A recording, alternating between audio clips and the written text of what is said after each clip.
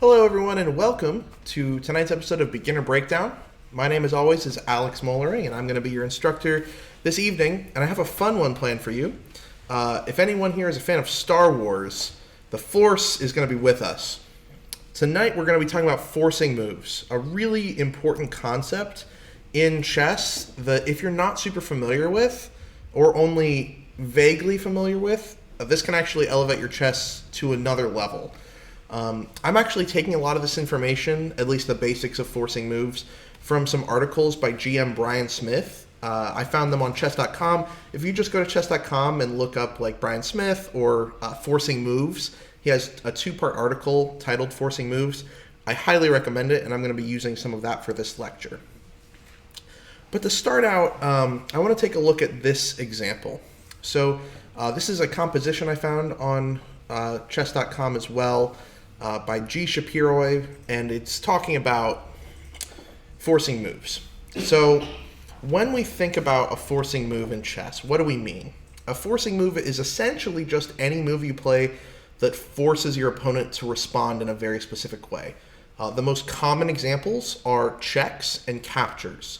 So anytime you check, you're forcing your opponent to, get out of check somehow, whether they're moving their king or blocking the check or taking the attacking piece off the board. A capture is another example. You might not think of just like trading pawns in the beginning of a game like a forcing move, but often if your opponent doesn't recapture, then they're just down a pawn and you're going to have an advantage for very little reason. So that's what we mean by a forcing move. Usually it's going to be a check or capture, and it essentially forces your opponent to respond in a specific way. There are some big benefits when we think about forcing moves in chess. So taking this example, there's a few moves that come to mind when we think of forcing moves. So you might think of maybe a crazy sacrifice like queen takes on e2, or rook takes on e2. Both of these would be checks. Maybe a move like bishop to d2 check or bishop takes knight check. Those are probably the most forcing moves we have in this position. And the reason we're going to start with those is, there's several reasons. Is one, those are going to be the easiest to calculate because our opponent's response is so limited.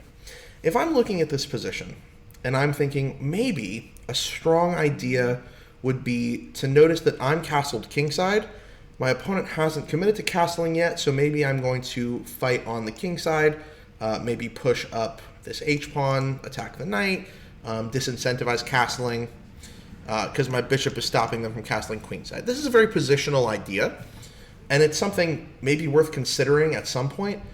But if we notice after we play the move h5, our opponent has so many options that trying to understand what they might do is actually very unrealistic. They can push this pawn up 2 spaces, they can castle their king, they can move their knight somewhere, they can move their queen to make threats, they can develop their piece. All of these moves we have to be aware as possibilities. And to start out, that's hard to calculate. We might have to do that, but if we can start with the forcing moves, it's going to be much quicker. So let's look at some of the examples I talked about. Queen takes e2 or rook takes e2 are both very forcing. The slight problem, right? Black has to respond. If you move the king, if the queen takes, you can't. If the rook takes, you can, but you probably shouldn't, because the obvious response will be knight recaptures. If knight wasn't there, this would be a checkmate threat. But that can help us start to see, okay, well, obviously I can't just give this up because they take back, and I don't really have anything to follow up. But now I'm thinking, okay, wait a minute, this knight is tying everything together. So I have a forcing move where I can take a piece and call check. So that's going to be how we start. And so let's calculate this before we even play it. Bishop takes knight. If they recapture, then it's actually just checkmate, right? We already saw that this is a checkmate threat, and without the knight there to take, the king will be lost. So they cannot recapture our bishop. So what other options do they have, right? We need to think all of this through. Well, if our bishop here is here and they don't recapture, then they have to move their king. Nothing can come in and block. So the only moves they have, they certainly can't move the king to where the bishop is still attacking. So this is out. They could move to f1. They could move to d2 and they could move to d1. So these are the three moves we need to consider. Again, we don't have to think about the h-pawn recapturing, because once we find in our calculation that there's either a forced checkmate threat or we're just up a very decisive advantage, you can stop calculating and just continue from there. So considering these three options, knowing that the point of taking the knight and removing it is so that we can remove the defender of this pawn on e2. Once the king has moved to either of these squares, any of these three squares, our queen can take, and this will be check. If the king has gone to f1, right, we have to think of all these branching paths. The king has gone to f1, then the next move is forced. The king will have to move to g1. And from there, we probably can find a checkmate quite easily. I think the easiest way to do it would be something like bishop to e3. Well, no, bishop to e3, the queen is covering. I forgot, our bishop is on g3 because it took the knight. So the bishop's actually covering the square, and we can just bring the bishop in. So let's just take a look at that very quickly. Again, if they take here, this is checkmate. We already looked at this. So king to f2, king to f1. Queen takes, check. The king is forced to g1. And now with our bishop covering these squares, we can simply play queen to f2, checkmate. I actually think this is also checkmate, so pick your poison there. But again, we've gone through a variation. So we would have, in a real game, right, where you're sitting over the board, we would do this in our heads. We figured out, okay, we've eliminated this as an option. They can't take our knight because we're winning the game. They can't move to f1 because we're winning the game. So now they only have two options left, to go to d2 or d1. On either of those squares, we're still probably going to take this pawn, right? It's another forcing move. And regardless of where they go, they're actually forced into one single square for both. So again, we're reducing the amount of things we're calculating here. To simplify this demonstration, I will just show what this looks like. Oh, sorry, they can't take king here. And if they go to d2, it's the same. We take, and they're forced to c1. And from here, there's lots of ways to continue. But noticing that our queen has fully trapped this king, the best move here is going to be bishop to f4. Again, thinking forcing moves. The king has no more spaces to go, no escape. So the knight can block, or the queen will have to block and be lost. However, if knight comes to d2, we actually have a really beautiful response as black. So in this position, black to move and find the best move. See if you can figure it out. Do we have any suggestions?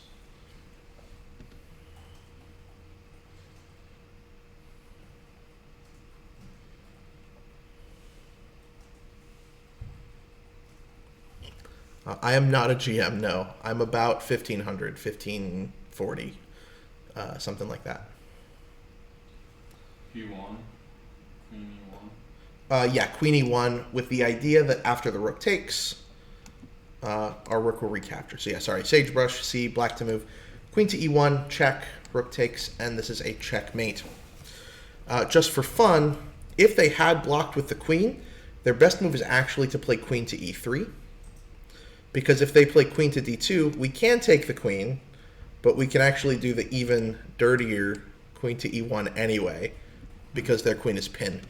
But regardless, if you're a beginning player, you don't need to, find the perfect move every time. It's good if you can, but winning a queen should be good enough here, and you can stop the calculations at this point. Returning to our original position, we can see some immediate benefits to forcing moves. One, sorry if the description is a little off, but yeah. One, the forcing move helps us to limit our opponent's options when we're calculating. So instead of playing a strategic move like h5, we can actually think, okay, in this case they have hundreds of options, whereas after bishop takes, they're limited to literally 1, 2, 3, 4. Only 4 moves, and of those, we can continue to eliminate, right? If they recapture, it's checkmate, so that's 1 move down. King to f1 is checkmate in 2. We can take that one down, right? And we can keep eliminating moves. Now, if you find that no forcing moves in a position win, then you start to consider other options. But imagine if we had started this position by calculating the move h5 and thinking about everything white could do if this would be a good long-term advantage. Maybe this would have been a good long-term advantage, but we would have had to spend so much time figuring out whether this move was worth it that we would have just missed what was right under our eyes.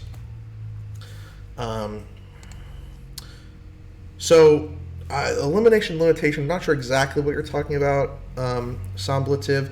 What I would guess is when we eliminate an option, when I was saying like we can eliminate a variation, in my mind I'm thinking of something like this. I'm imagining I take on g3, and if h takes back, then I know that this is checkmate. So in my calculation, I don't have to think, once I've reached a checkmate or a crushing advantage in the variation, I don't have to think about that anymore. So I can cross off that as a variation. Similarly, how we noticed where after the king goes to d2 or d1, and we call check, both of these variations transpose. So they come back together on where the king goes to c1. So we don't have to think about both of those. We can just combine them into one. So that's kind of what I mean there.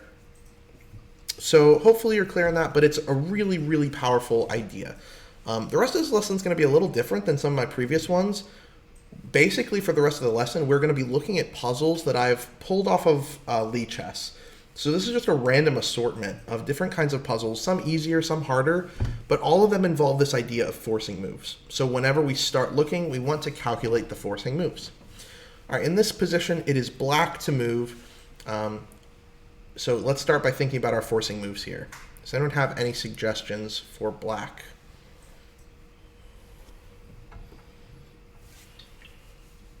What do you want? Yeah, what's the idea? After rook e1? Then go off to protect F1, and then you can take it with your rook. Yeah, so this is essentially a back rank. Their king can't escape. The only move is to block, and it doesn't matter which rook we take with. Either way, it's checkmate. And again, we can think this through, like how quick was that, right? We immediately got to a checkmate. Now again, these are designed in a certain way, so this won't always be the case in your games, but there's a value here. We could also have thought maybe what if rook takes rook first, and we can see that king takes rook, and we can maybe call some checks, but we don't really have much of a follow-up, and we're not going to be able to beat their queen and rook, and we can eliminate that as an idea. All right, next position here, white to move. So we have several forcing moves in this position. Taking a look at them, see if you can find one that might work for us.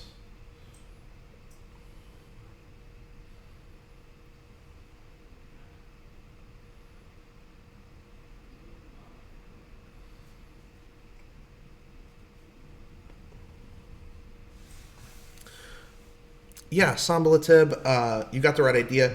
Bishop takes f7, but again, we want to think more the broader scheme here.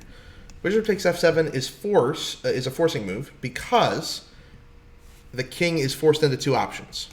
It can either take or it can run away. If they run away, then we just won a pawn and we took away their casting rights. So we can eliminate that variation. We don't have to calculate farther because that's going to be good enough for us. So the other option is obviously they take, the most likely option. But if they do that, I think you see the follow-up. After king takes, like you said, there is a discovery. Knight to g5 check. And we discover an attack on the bishop with our queen. Wherever the king moves, we will take the bishop. So if something like king to g8, queen takes bishop. And we traded bishops. We sacrificed ours and got black's. But we also won this pawn and have put black in a really uncomfortable position where they can't castle. And again, we found that by seeing, oh, well, maybe there's this, again, we've talked about the weak square here on f2 and f7, where especially if a king hasn't castled, the king is the only thing defending that. So being able to leverage that to our advantage here helps us find the right idea. I do not know the Pebis Gambit, so I have no comments on it. All right, black to move. See if we can find the winning idea here.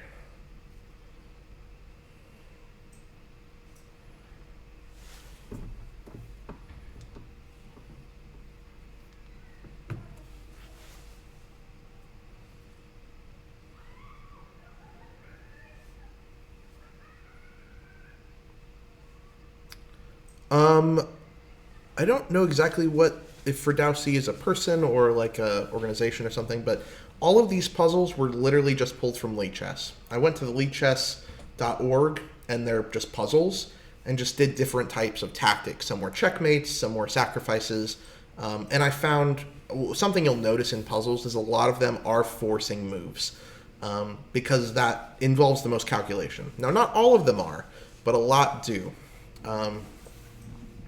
So Knight F3. Okay, so knight to f3. This is check, and let's look at where our king can go. So our knight here is covering these two squares. The bishop is covering these two. So after check, the king only has one square. Okay, so what do we do after king to d1?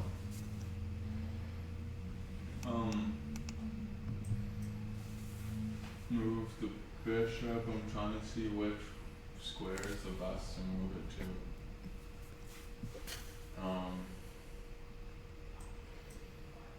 I think just move it to b5.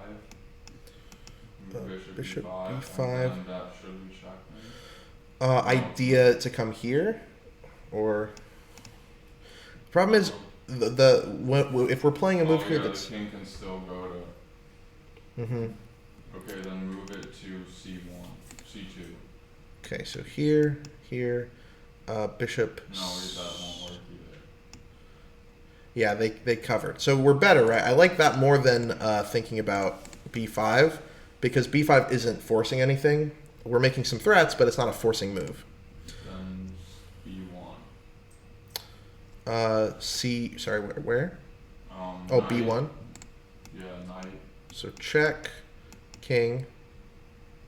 b1, bishop, reveal, check with the rook. Okay. Then the king can go. Never mind. Yeah, we're close. We're without the knight and bishop here. The king has this square. Yeah, a lot of people in the chat are suggesting some ideas. So, yeah, so knight f3 is a good start. That's going to force our king to move. And something useful here is we can see what squares the king can go to. Revealed checks or discovered checks look very nice here, but actually this bishop is doing a really nice job of cutting off these two light squares. Our knight is cutting off this dark square. So the king actually can't move, which means that knight to f2 is just checkmate.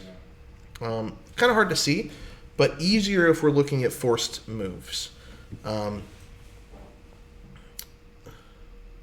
Yeah, another problem is, black's rook is pinned, so if there are discoveries that aren't also double checks, then white could take this rook. That's a really good point. All right, let's move to the next one here. So black to move, and remember, we're going to start with forcing moves, so these are captures, checks, that kind of thing, because that's going to help us calculate.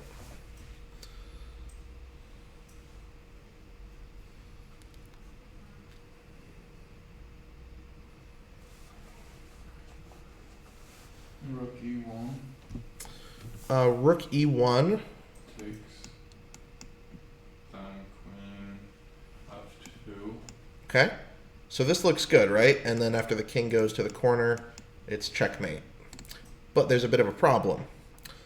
Rook e1, it's not forced, right? You don't have to take. So they do get a move to do something else. And probably, I don't know exactly what they might do. They can trade queens if they want to. But we're giving them time. So this is a move we can consider, but I would want to come back to this after we look at the forcing moves. Then queen f2. Okay, queen f2. Rook. Has to take. Or Yeah, if they move to the corner, then it's checkmate by force, so we can eliminate that variation. then back. Yes, then our back rank here. Because the rook can't come back to block, it is now pinned by this bishop. Yeah, and a few people in the chat saw that as well. So again, that's the power of a forcing move, is we can see, oh yeah, rook e1 is threatening to undermine this piece. Looks really valuable, right? This looks great. But the problem is it's not actually forced. White still has an option. And in this case, yeah, just trading queens looks good enough to stop the threats. From here, like, they can probably even just do this, and it's white's still going to have an advantage here. So, so starting with the forcing moves, again, even in situations where they don't work, right? There's a lot of times where they don't, and we'll actually get to that later in this lesson. But if you start them and you eliminate them quickly, then you can come back and think, okay, what about some of these non-forcing moves that still might be good? All right, next example here, black to move. There's a few different ideas, so I'm curious to see what y'all find.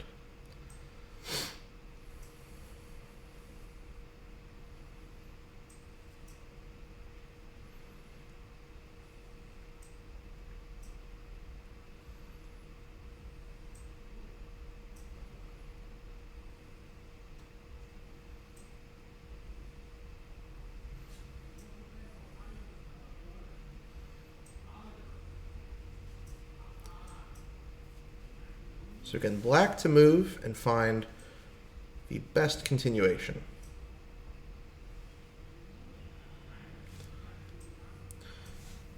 Yeah, few people are suggesting the right move. But there's actually, I think, a few forcing moves I want to talk about here that we might not consider. Right? One, we can consider trading queens. We can consider taking this knight with our bishop or our queen. And we can also consider our rook coming down with check.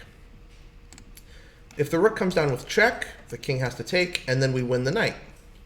That looks nice, but we lost a rook. So we can eliminate that. Queen takes, trading we can consider, but I would come back to trading if it's not getting us an immediate advantage. I don't see this queen being off the board and this bishop being out does anything positive for us. But yeah, bishop f2 does look very nice. And this is a strictly forcing move, right? White only has one response because the rook is cutting off the king's escape. And it's defended by the queen, so the king can't take, meaning queen has to take. And after this, a few of you found the nice idea of undermining or deflecting. I forget the difference, even though I taught a lesson on it, so go back and look at that lesson if you want the technical definition between those two things. But either way, we are removing the guard. We're drawing the king away from the queen, and we now take the queen. All right, white to move in our next position.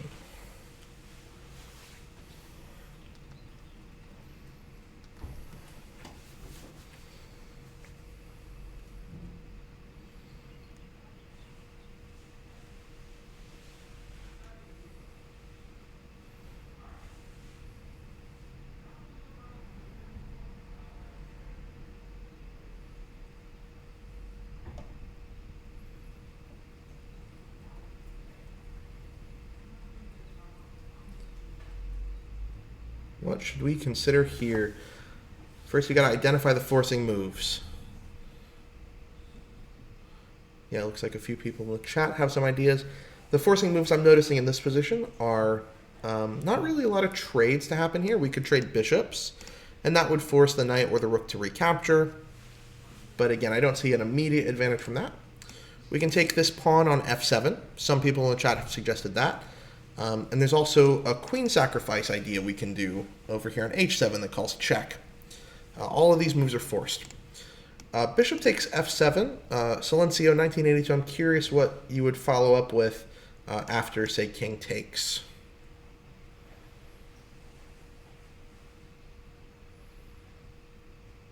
I'm seeing maybe queen to f5. But unfortunately, I think there's just too many pieces, right? A lot of black's pieces are able to come to the aid of the king. I'm not sure bishop f7 is going to pan out, and a lot of other people in the chat are finding this really nice idea of queen to h7. And again, we can calculate it without even playing it, right? Queen to h7 is a forcing move where black has two options. They can take or they can run away. If they run away, then we can simply bring the queen down to h8 with checkmate. We don't have to calculate that variation any farther. So instead, they take, and after that, what do we do? And I think in the chat, yeah, bishop takes f7 now. So queen here first, and bishop takes f7, cutting off the escape for the king and creating essentially a back rank. Really, really nice. All right. It is black to move in this position. See what we can find.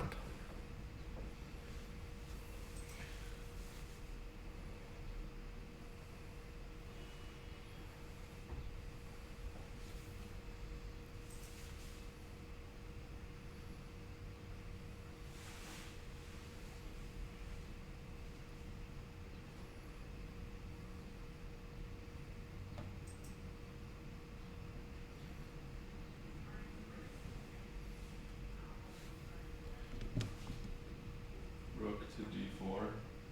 Okay, rook d4, and then? King goes to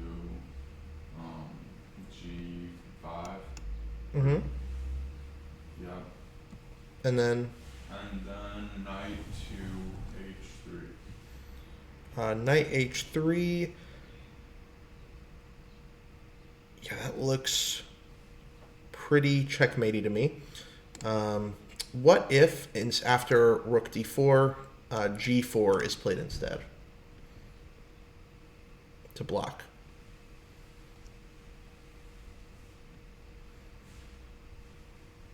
I don't know. Then maybe take it with my rook. Mm-hmm. Yeah. So in either case, rook to d4 is our starting variation, and we always want to think through all of the possibilities. So here, white can either move their king or move their pawn. If the pawn blocks, then rook takes is checkmate. Our knight is covering all the escape squares. The knight and rook really coordinate well. And our pawn is covering the last escape. If king runs here instead, then yeah, knight to h3 is a very pretty checkmate. Alternatively, you can still play rook to g4 here. This is also checkmate, but again, pick your poison. So, all right, next example, it is white to move. This one might be a little more complex, so take your time, think it through, and think about the forcing moves. We got a lot of trades, a lot of checks, a lot of options. White to move.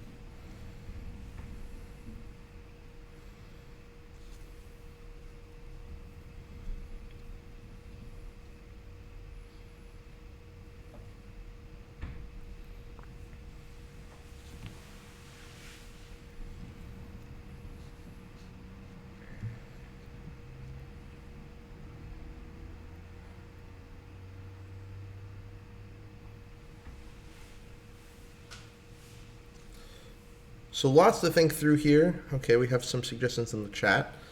So rook f7 is, I think, probably the obvious suggestion given the puzzles, right? We're looking at forcing moves. There are some checks, maybe some queen sacrifices to consider, but this seems to make the most sense given what we've been looking at. But we have to think about everything. So if we take, this is, I'd say, a forcing move, right? We're making a capture, we're making some threats.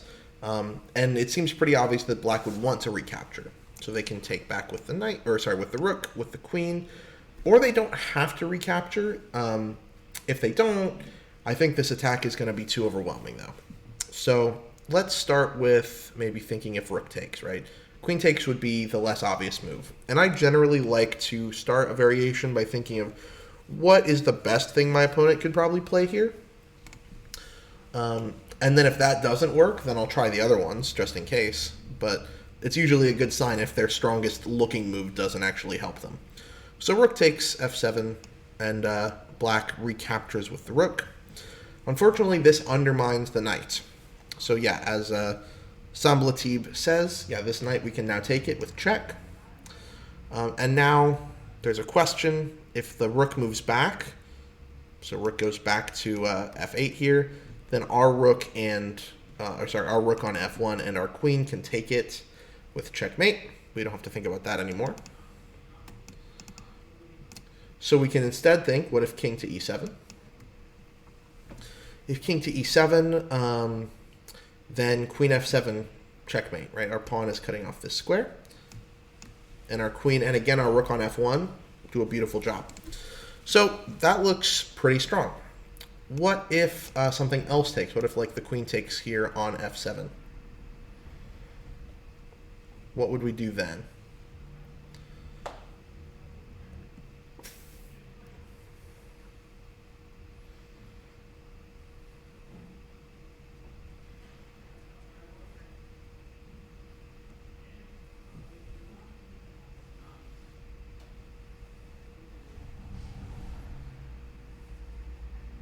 How does white continue after rook f7, queen f7? Take with the rook on the a5. Okay, you mean the other rook, yeah? Yeah, the other Yep. rook. All right, other rook takes. And then there's a similar problem, right? If this rook recaptures, the knight hangs, and they gave up a queen, so we're just doing much better materially and have a great attack. And if not, then our rook and queen together are making huge threats. So that's good enough. And our last option, right, is if we take with the rook and they don't want to take, the queen tries to run away. The problem is there's nowhere the queen can go to stop rook to f8 checkmate. So this is going to be our forcing move. I know we spent some extra time on that, but again, I want to talk through the benefits of it without actually playing it out. Because in a game, you don't get to play it out and then do a take back if it doesn't work. We have to figure it out in our heads, right? And this is the benefit of a forcing move. So we can calculate these variations ahead and eliminate them easier. This is the strongest looking move, but we can take this knight. If the rook goes back, it's checkmate. So the king has to come up, but it's still checkmate. If the queen takes, then we take it with the rook. And again, if the rook takes, we hit the knight. And if not, then this is just a dominating force. And actually, yeah, I don't see how you stop me from taking the rook anyway, so that's pretty much forced. And there is nothing else. You can't just run away because this is checkmate. All right, really good stuff. Next example here. Black to move and find the best move, or sequence of moves in this case.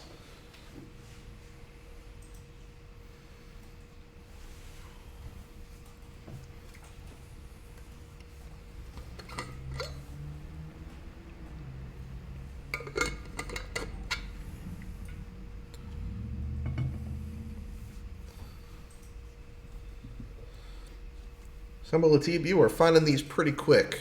Are you a secret master? Let's see if anybody else can find the specific variation. Rook g2. Okay, or rook g3, yeah? Yeah, g3. Okay. The only move, right, it is forced because the bishop and queen cover the rest of the squares, so pawn takes back. I assume you're going to take with the queen. And then, well, looks like there's two options. You can either block with the rook or run to the corner. So if they block with the rook, Take with the queen. yeah, right. It's just hanging. And if they move to the corner,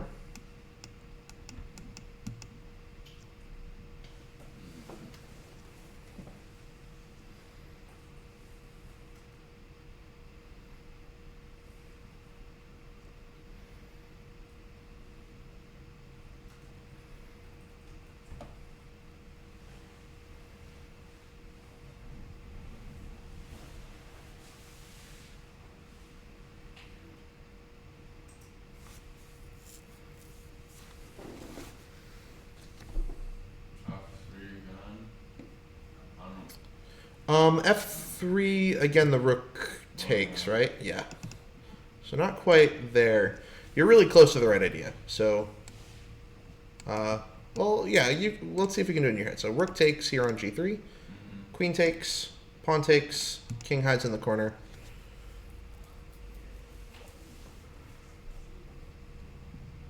Queen H4 being suggested then. That looks pretty interesting. Threatening discoveries. Although, maybe rook H2? Maybe not.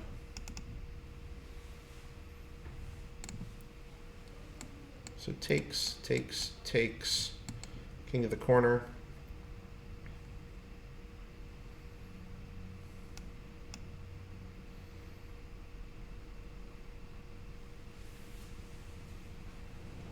Queen H4, actually probably then we can play like Queen D2, and wherever the bishop moves, our rook can come in and it's defended.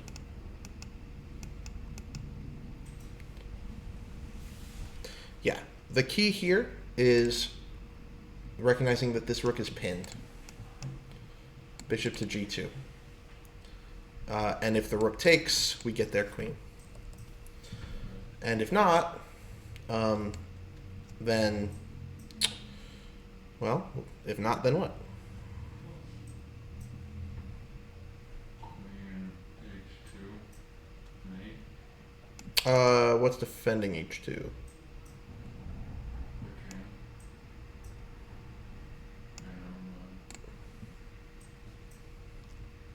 Nothing's defending it. Yeah.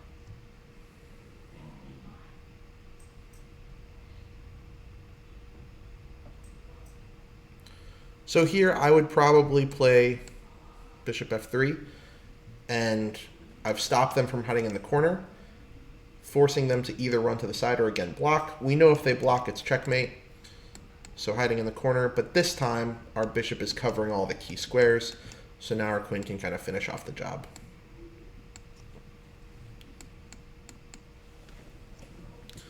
All right.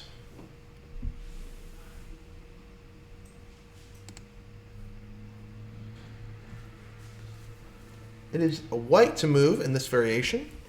See if you can find the right idea.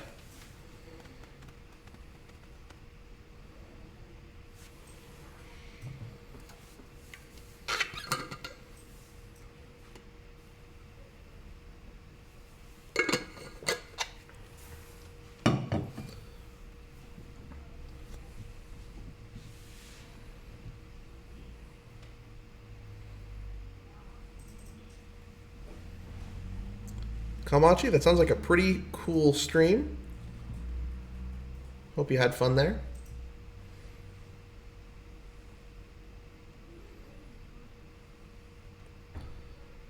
So white to move.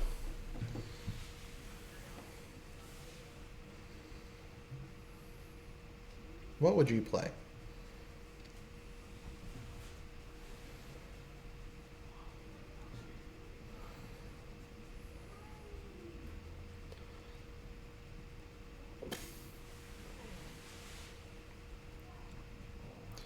Yeah, so a few people in the chat are suggesting an interesting move, rook h4. And interestingly enough, rook h4 is not a forcing move, at least by the main way we've been interpreting it, right? There is obviously checkmate threats, but rook h4 is not a capture and it's not a check. So some of the point for this one is actually rook h4, there's no way to stop checkmate because we're threatening both h7 and h8. So if queen to f6 to defend h8, we go to h7. If something like rook to e8 to open up space, then we go to h8 instead. But the tricky thing here is, we're thinking about forcing moves.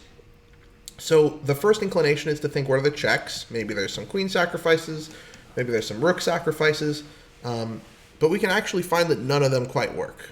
Rook takes, queen takes, and everything is going to be defended. Any queen sacrifice, the king will kind of hide away on g7, and we don't have enough artillery to continue the attack. So I would still, in these variations, recommend starting with those ideas. and saying, okay, I don't see a way to continue with those. We can quickly eliminate them and move on. But you still did find the nice idea, which is maybe the next tier down of forcing, which is I'm not, taking a piece. I'm not calling check, but I am making a serious threat. All right, next example, black to move.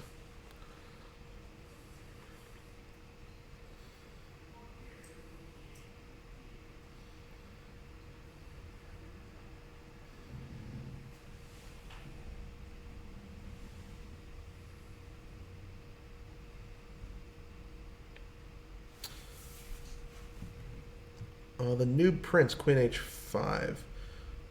Oh, sorry, yeah, just really quick to jump back to this last one. Yeah, rook h4. The best move is technically queen h5, and it stops checkmate, but we're going to get the queen. So, yeah, again, you don't always have to calculate the checkmate. If you get a significant material advantage, it's okay to stop there, because we know from experience that a queen is going to be able to beat a king and a rook, and actually probably in this variation. I might not even take this pawn. I would probably play here to take this one. And yeah, white will easily win this game. But that's a good point. Okay, back to our next example. Pawn play bishop g1. Okay, so not a forcing move, but you are making a threat. What's your threat? What's your hope for this position, I suppose? Queen f2.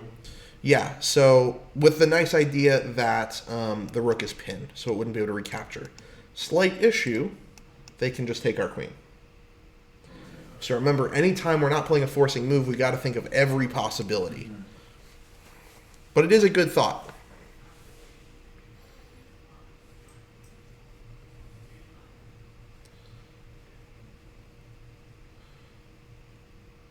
Okay, a few people are suggesting another move that's not forcing, queen to e3. Idea that, okay, we're still hitting this rook. It's still pinned. We're taking advantage of it.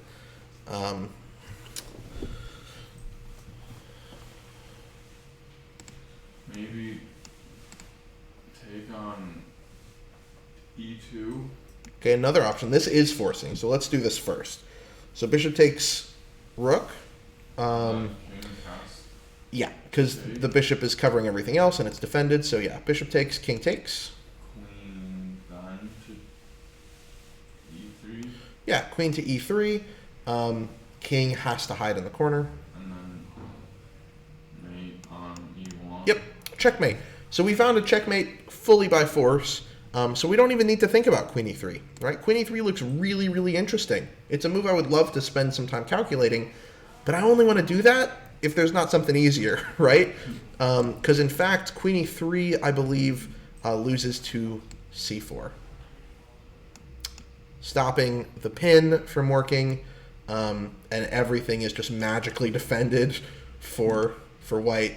So they're actually surviving this and going to be ahead because they're going to get one of our pieces. Maybe even two. So really nice idea. But that's one of the benefits to starting with the forcing moves, is it either works or it doesn't, and then you can spend some more time on some serious ideas like this. All right. Next position here. White to move. Oh, and we'll jump back real quick. So yeah, you're saying we can take the pawn. So I think there is a slight problem with that. After c4 is, yeah, knight takes. And then I guess we can take the bishop here. And then they'll take ours. And it's going to be kind of complicated, but like the way it all runs out is, queen for a queen, rook for a rook, and white's just flat out up 3 pieces. So even if we get one of those, we're still going to be down way too much. Okay. Back to our next example.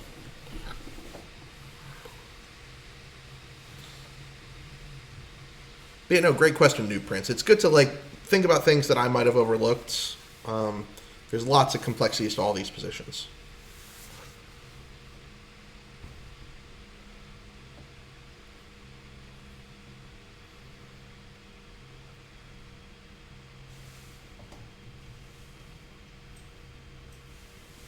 Take on c2. When queen. F7. Yeah. F7. Yeah. Yeah, so a few suggestions here. Queen A4 was suggested, which, again, looks maybe interesting, but probably runs into, like, B5 ideas or bishop D2 ideas. We can trade queens and maybe stop them from castling, which is a nice strategic advantage. Or we can just do a knockout blow. Bishop F2, and their queen is dead. Long live the queen. Next example. Black to move and find the best idea. And yeah, good job finding that as well, Wise Man 1986.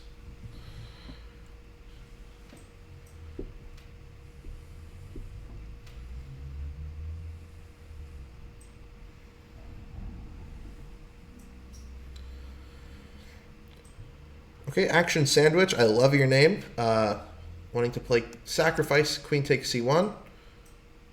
I like it. I like it. The response is forced. Either they take with the bishop or the queen blocks.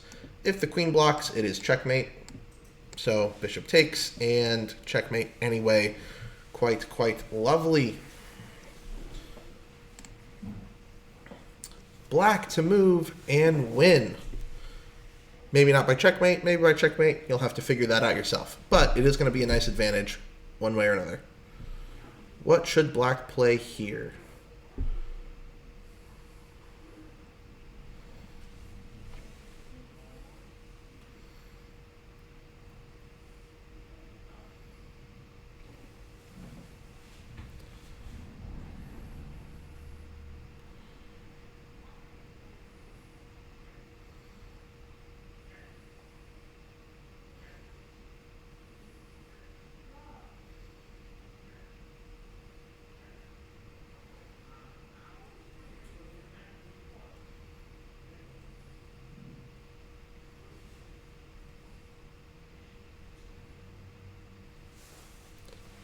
Black to move.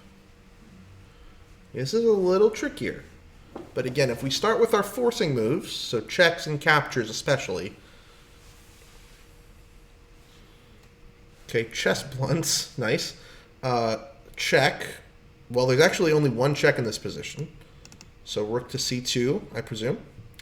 The king's going to move somewhere. It's got a bunch of moves. But we do notice that the king is tied to this bishop, so that eliminates at least these two squares.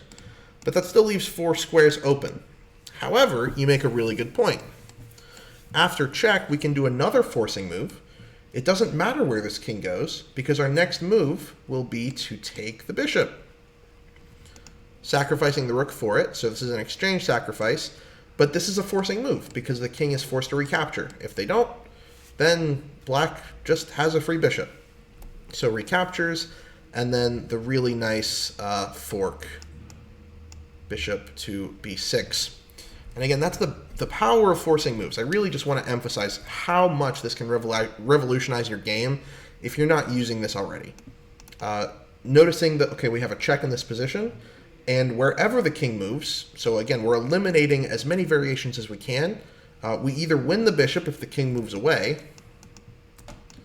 we just straight up win it, or if the king stays in range, we take it and force all of these variations to submerge into one with the king on f2, and we can win back the rook. So we win the bishop anyway.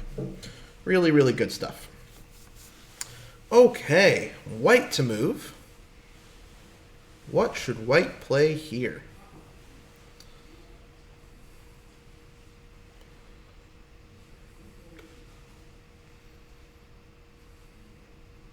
There's a few different forcing moves, but only one of them is good enough to work.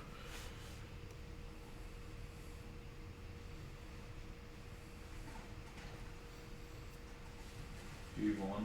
Yeah, B1. Rook d8, okay, check. B8. Black only has 2 moves, right? You can't move the king, so you got to block with the knight, either on e8 or on g8. E8 looks a little silly, because we'll just take it and win. So g8, and then?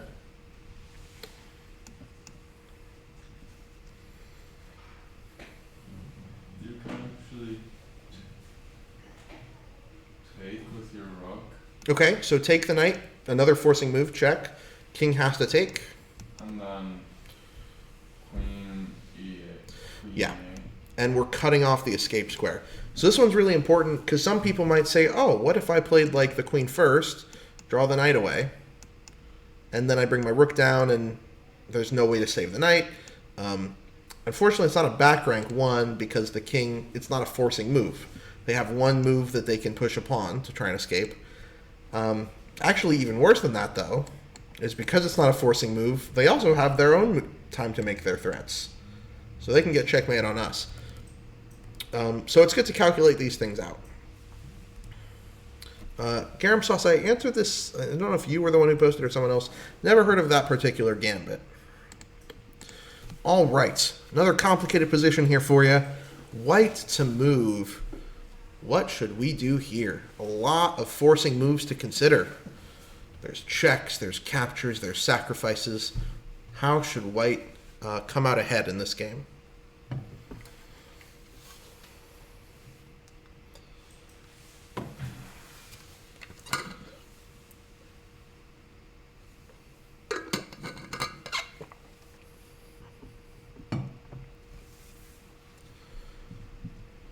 Okay, I have a suggestion of queen takes pawn. We can't take back with a rook, so queen takes. Then what do you want to do? CJ0467. Yeah, where's the mate?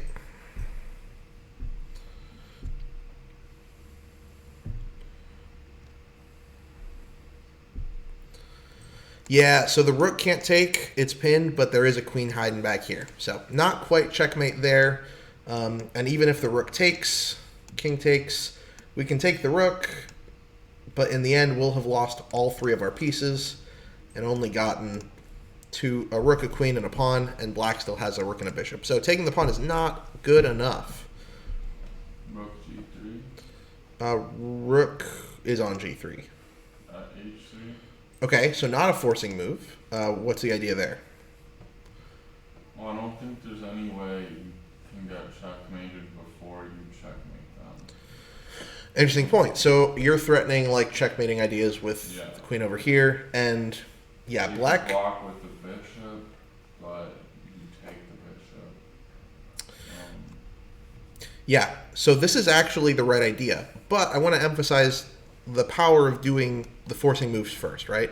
We can quickly eliminate, queen takes g7 doesn't work. There's ideas of bishop takes on f7, check. Unfortunately, the queen's going to take, and now our queen's under fire, there's no time.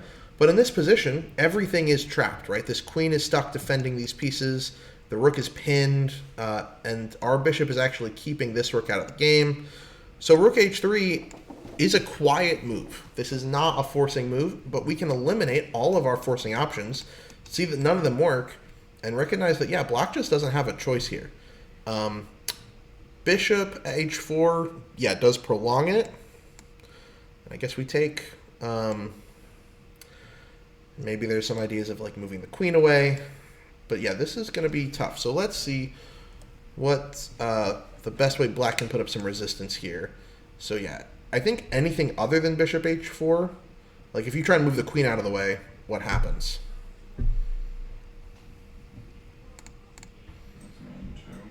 Mate in two, right? Check and checkmate. So you have to block with the bishop. This actually does change things.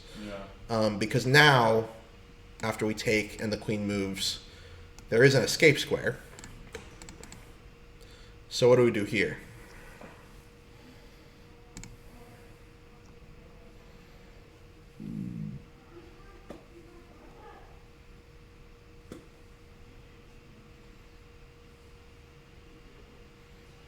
Sacrifice the bishop. You mean just take the rook? Yeah. Okay. Queen takes. Check on h7. Okay. King f8. Still hasn't escaped. Yeah, king still manages to get away. Unfortunately, there's not quite a way to get a checkmate in this position, but we can get some nice material advantage. So think through forcing moves and see if you can find a way to get a material edge.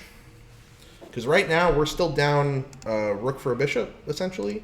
A bishop and a pawn for a rook, so it's close, but... and obviously we're going to trade this bishop at some point. But how can we actually get... We can get a rook and queen if we sacrifice the rook on h8. Yeah, how? King has to take, and then we can take the rook with our... Wait, no. Never So mind. you're close. You just got to switch the order a little bit.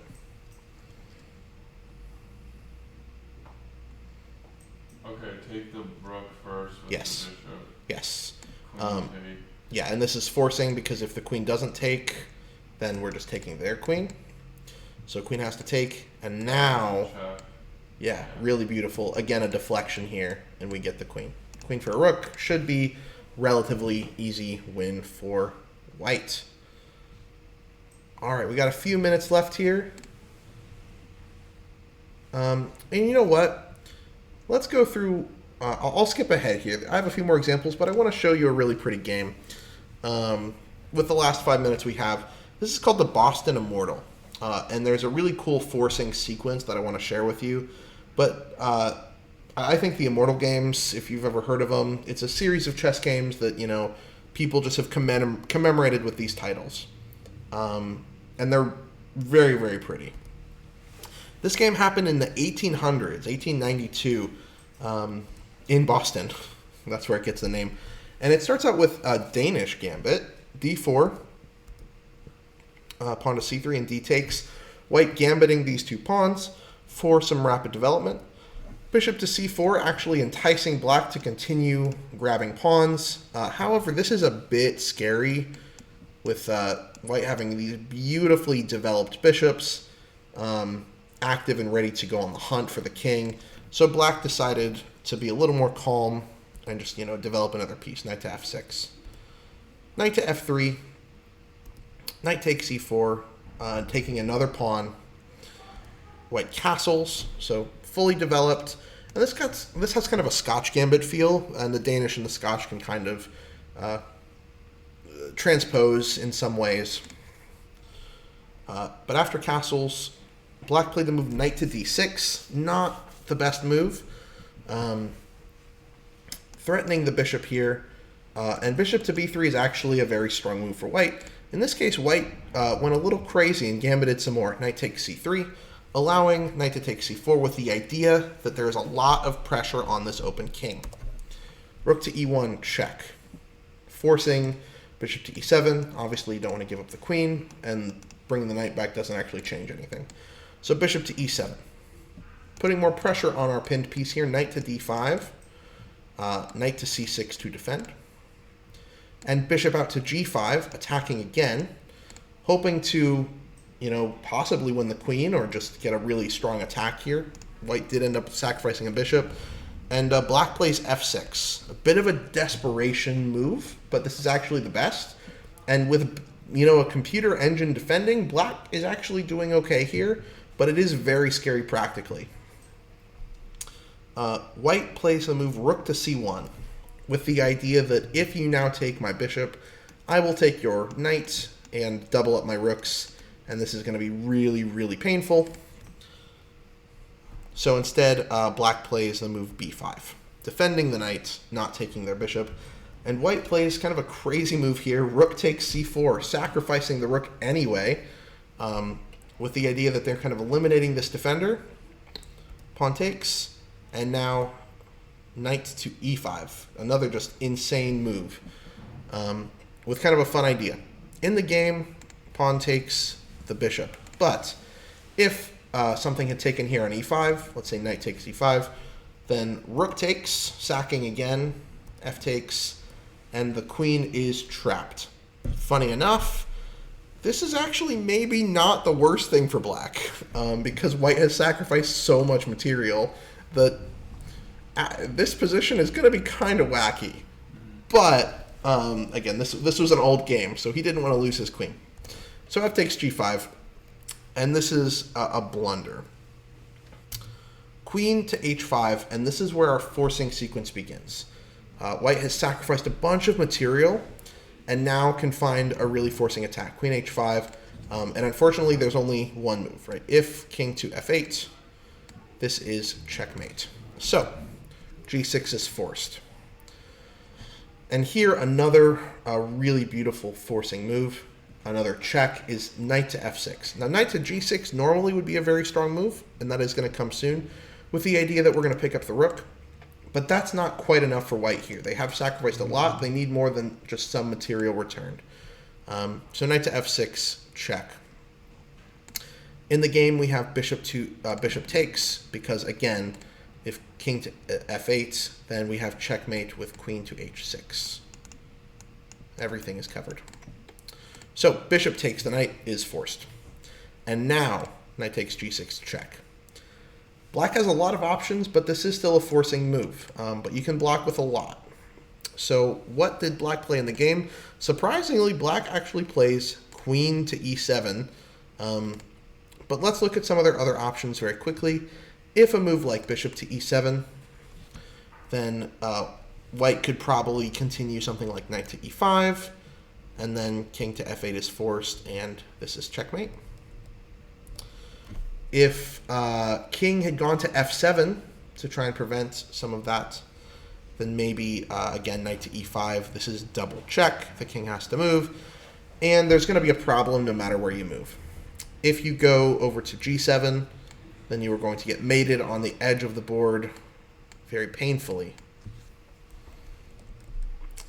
If instead you go to anywhere, well, let's say you go to the back, either to f8 or to g8, same thing, checkmate on f7 as before.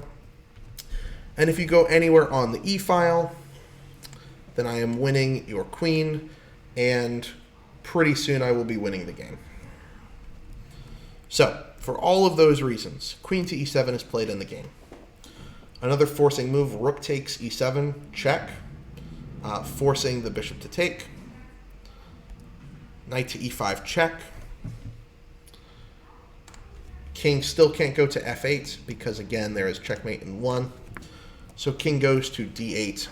And I will turn it over to the audience. It is white to move and play the best sequence in this position.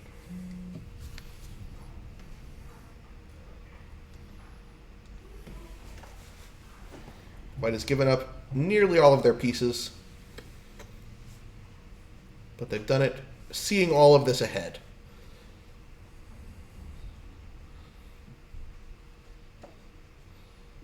Yeah, some people in the chat are starting to think about it. Got some good ideas.